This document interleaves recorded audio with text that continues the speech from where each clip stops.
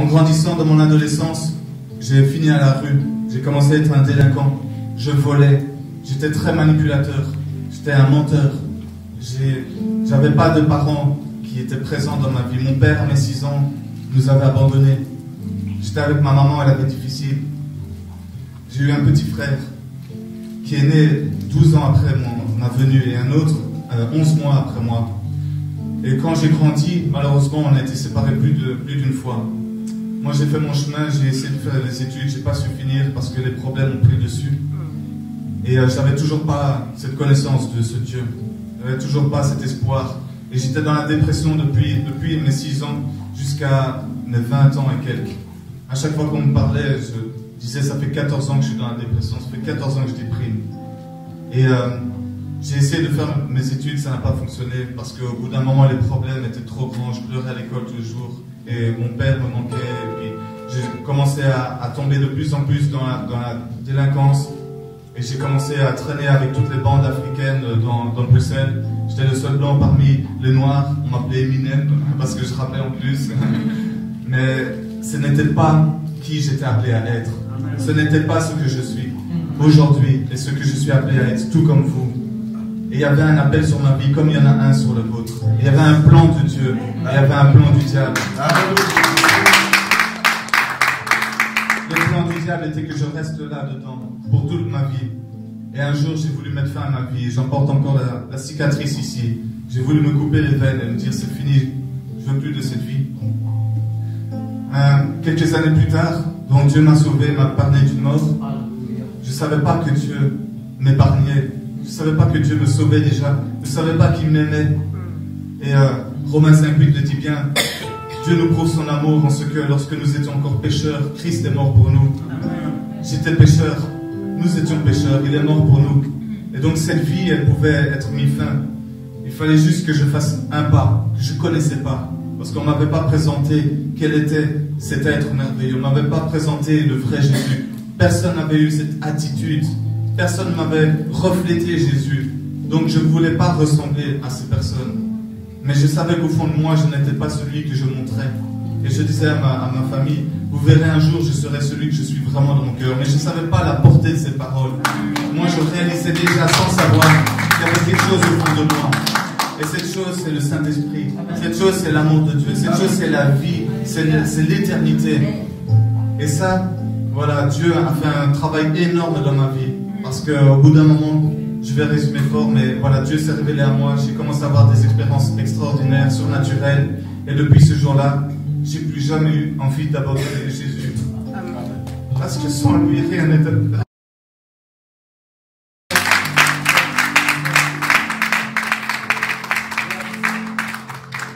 Son amour est tellement incompréhensible, tellement insondable, tellement il est grand et infini. Moi, je ne suis rien. Je ne suis rien. J'étais méprisé, détestable. J'étais quelqu'un qui avait plus d'avenir, qui avait perdu tout amour de la vie, toute joie de vivre. Mais lui, il n'a jamais abandonné. Lui, il a toujours poursuivi mon cœur. Il a toujours eu cet espoir qu'un jour je me tournerai vers lui. Il a toujours dit non, lui, il vivra. Amen. Et aujourd'hui, je suis présent devant vous parce que Jésus m'a gardé. Amen. Aujourd'hui, je suis un serviteur.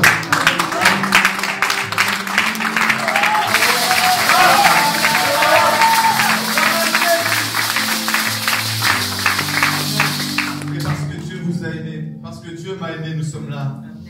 Aujourd'hui, moi, j'ai l'opportunité de témoigner. Mais Dieu a fait des choses bien plus grandes que je résume parce que le pasteur doit parler encore. Et je ne veux pas prendre toute la place.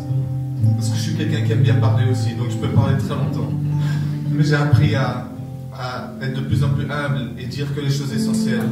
Dieu, pendant que j'étais dans la drogue, dans l'alcool, dans le sexe, la masturbation, le mensonge et toutes sortes de péchés, Dieu petit à petit, d'année en année, sur ces 7 dernières années, a tout enlevé de ma vie.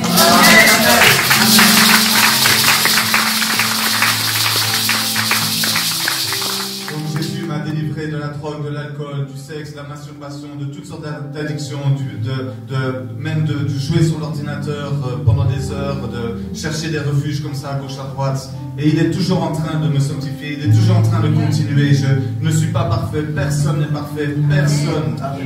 Mais il faut que vous sachiez quelque chose que vous savez peut-être déjà. C'est que donc celui qui persévérera jusqu'à la fin sera sauvé. Donc il faut être fidèle et c'est pas facile. Moi je n'ai pas été fidèle tout le temps. Aujourd'hui je viens vous dire que Dieu ne cherche pas la perfection. Parce que devant vous, vous n'avez pas la perfection. Celui qui est perfection est en moi, il est en vous. C'est lui qui nous y amène et nous le serons. Un jour je me suis vu dans mon corps glorifié. J'ai eu cette expérience-là l'année passée. Et je me suis vu tel que je suis vu dans le ciel, avec une robe blanche, une belle peau. Parce que moi qui ai eu des boutons dans la vie, je ne me trouvais pas beau. Mais je me suis vu avec un visage magnifique, un visage d'ange, une belle chevelure. Et j'étais très puissant, il y avait de la lumière dans ma main. Et je combattais du ciel comme ça, sur des nuages. Et c'est chacun d'entre vous qui avait cette attitude-là maintenant. Puisque la parole nous dit bien que nous sommes assis dans les lieux célestes avec Christ. Nous sommes assis avec lui. Nous ne le voyons pas avec nos yeux charnels, mais nous avons déjà cette position dans le ciel. Et en tant que fils, bien plus encore. Donc ici, voilà, nous sommes appelés à servir le Seigneur de tout notre cœur. C'est pas facile. L'ennemi sera toujours là pour faire des obstacles. Il y a des moments où on chute. Mais le plus important, c'est pas le nombre de fois que vous chutez, c'est le nombre de fois où vous vous relevez et vous vous appuyez sur le Seigneur.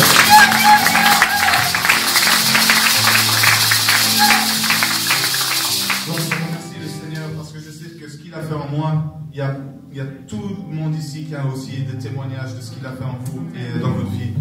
Et je vous invite vraiment à vous donner encore plus au Seigneur et à combattre. Et que même si vous chutez, à vous relever et à revenir à lui, à garder toujours cet espoir, même quand vous êtes loin de lui, loin de l'intimité, loin de cultiver sa présence, à toujours vous dire que vous reviendrez. Vous ne savez pas quel jour, comment, quelle heure, mais vous allez faire l'effort de vous dire, j'abandonnerai jamais, jamais, n'abandonnez jamais. Parce que lui, il a espoir avec vous, lui il peut tout changer. Mais nous, lorsque nous ne faisons pas nos efforts, des fois, on bloque tout.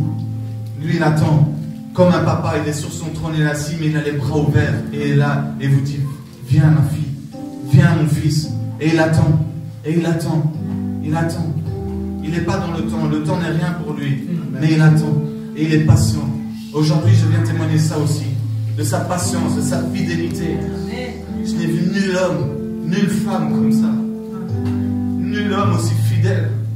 Il est vraiment cet ami fidèle que la Bible dit. Et c'est pour ça que je vous invite vraiment à rentrer dans cette relation plus fort, aller plus loin que de juste venir à l'église. Cultiver cette relation tous les jours. Tous les jours. Si Dieu peut m'utiliser moi, qui suis encore un vase qui est cassé, qui coule, qui a besoin d'être rempli, combien plus il peut vous utiliser vous? Et Dieu veut vous utiliser. Évidemment, nous ne sommes pas indispensables. Et aujourd'hui, justement, avant de venir, j'ai eu Luc 17:10 qui me dit que nous ne sommes que des serviteurs inutiles. Nous ne faisons que ce qu'il nous commande. Mais aussi qu'on ne dira pas le royaume des cieux est là, où il vient ici, où il vient d'une manière à ce qu'il n'est pas vu comme Jésus, d'une manière humble. Et nous devons travailler cette humilité, de savoir que nous ne sommes rien, que nous n'avons rien en nous qui fait que nous ne pouvons nous glorifier. Tout est à donner à Dieu, toute la gloire, toute la reconnaissance, toute la sagesse, tout l'honneur est à lui. Donc aujourd'hui, voilà, je vous déclare cette fidélité qu'il a changé ma vie, que ce n'est que le début, mais qu'en peu de temps, quelques années, il a tout transformé de manière tellement radicale. Et j'ai récupéré mon père l'année passée, que je n'avais pas vu depuis 10 ans, j'avais vu de temps en temps comme ça dans mon passé. Donc Dieu peut changer tout. Juste avant ça, je priais que le cœur des pères revienne aux enfants et l'inverse, que le cœur des enfants revienne aux pères. Et il a exaucé cette prière. Amen. Tout ce que vous avez perdu, que ce soit dans le passé ou que ce soit actuellement, à tout niveau, Dieu peut vous le redonner, le restituer et même donner 7 fois plus. Amen.